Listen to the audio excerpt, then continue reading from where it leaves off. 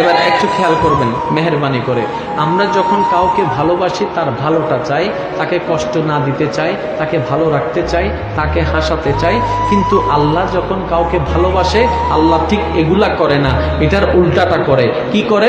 আল্লাহ যাকে ভালোবাসে তাকে কষ্টতে রাখে, আল্লাহ যাকে ভালোবাসে তাকে দুঃখের মধ্যে ফেলে, আল্লাহ যাকে ভালোবাসে তার চোখ দিয়ে অশ্রু ঝরায়, আল্লাহ যাকে ভালোবাসে তাকে কলঙ্কর শিকার করায়, আল্লাহ যাকে ভালোবাসে শরীরের কষ্ট বাড়ায় দেয়, আল্লাহ যাকে ভালোবাসে অপমানের গলা তার গলায় পড়ায় দেয়, আল্লাহ যাকে ভালোবাসে দুশ্মনী তার পিছনে বেড়ে যায়, আল্লাহ যাকে ভালোবাসে তার পায়ের নিচে কাঁটা ফুঁড়ে, আল্লাহ যাকে ভালোবাসে এদিকে অত্যাচার ওদিকে অত্যাচার, এদিকে অত্যাচার ওদিকে অত্যাচার। ও মওলা, তুমি না আমাকে ভালোবাসো, তাহলে এত কষ্ট দিচ্ছ কেন?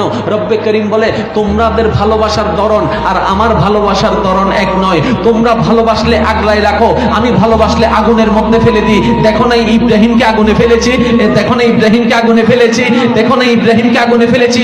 ইব্রাহিম আমাকে ভালোবেসেছে, মহব্বত করেছে, আমি ইব্রাহিমকে আগুনের কুণ্ডলিতে ফেলে দিয়েছি। ইউনুস আমার প্রেমে পাগল হয়েছে, মাছের পেটের মধ্যে তাকে ধাক্কা দিয়ে ফেলে দিয়েছি। ইউসুফ আমার প্রেমে পাগল হয়েছে, কূপের মধ্যে তাকে আমি ফেলে দিয়েছি, জেলখানার মধ্যে বন্দী করে দিয়েছি।